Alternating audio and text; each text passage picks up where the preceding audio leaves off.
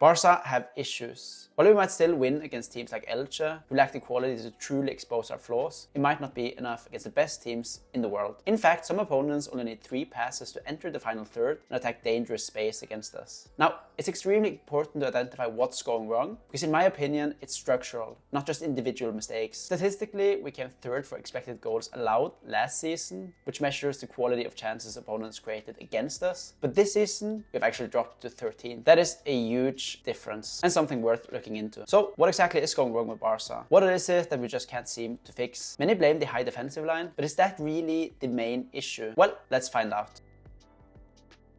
If you watch a team like Arsenal press, who in my opinion are the best team in the world when it comes to defending, they always remain compact. It doesn't matter if they press high or sit deep, the distances between their players are always well structured and disciplined. With Barça, unfortunately, that's not the case. Too often, players act on their own instincts rather than coordination. For example, Ferran Torres might decide that it's a good idea for him to apply pressure, but if the rest of the team doesn't follow, it's a bad idea. It becomes very easy for the opponent to play through him, and that single decision right there leaves us one player short near the ball. It makes it easier for the opponent to generate numerical advantages further up the pitch. In other words, Barca need to coordinate their pressure as a unit, making sure that we are consistent when it comes to pressing together rather than alone. Still, this isn't the biggest issue in my opinion. There is something deeper in our structure that's causing even more issues right now.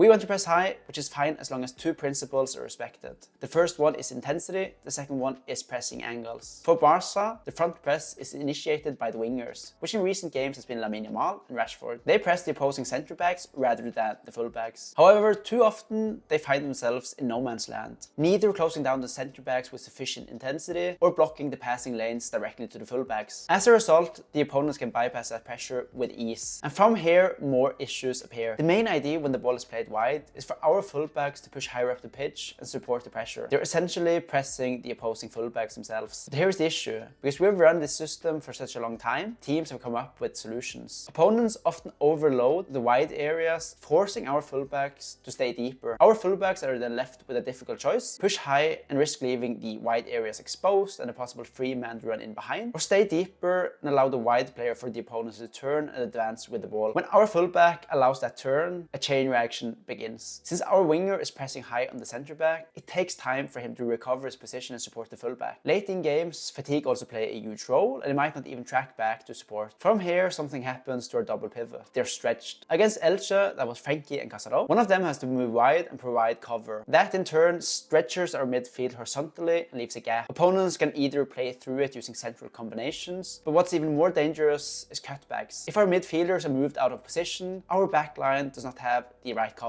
There will be a lot of space in front of the defense, which the best opponents know how to manipulate. In short, it's a cycle of excessive running and poor pressure, but it doesn't stop there.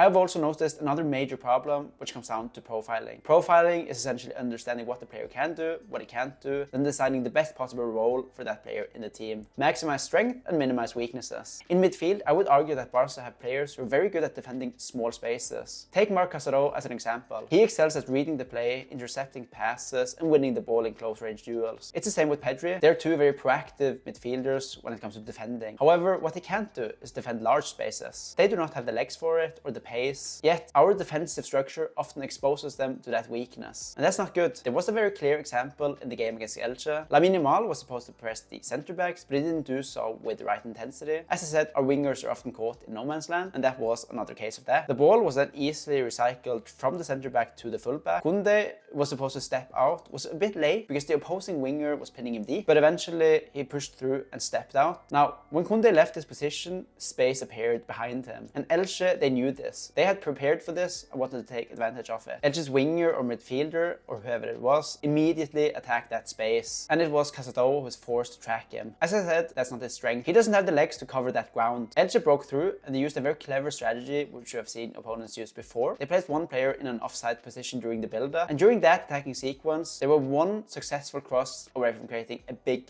big chance. And that was all it took for them to reach such a dangerous position. Sure, we didn't get punished on that occasion, but against bigger teams, we will. If a team wants to rely on individuals defending big areas, they need big space players. Someone like Declan Rice or Moise Caicedo excels at this. Barça don't have that profile. Frankie is our best option, and maybe Marc Bernal can help with this. There is even an argument to play Andreas Christensen in the biggest games, just to cover the weakness if we continue running the same pressing structure. So now the question becomes, can Barca actually fix this before it costs us in the biggest games? Will it be decisive in the Champions League against us when we eventually reach the knockout stages?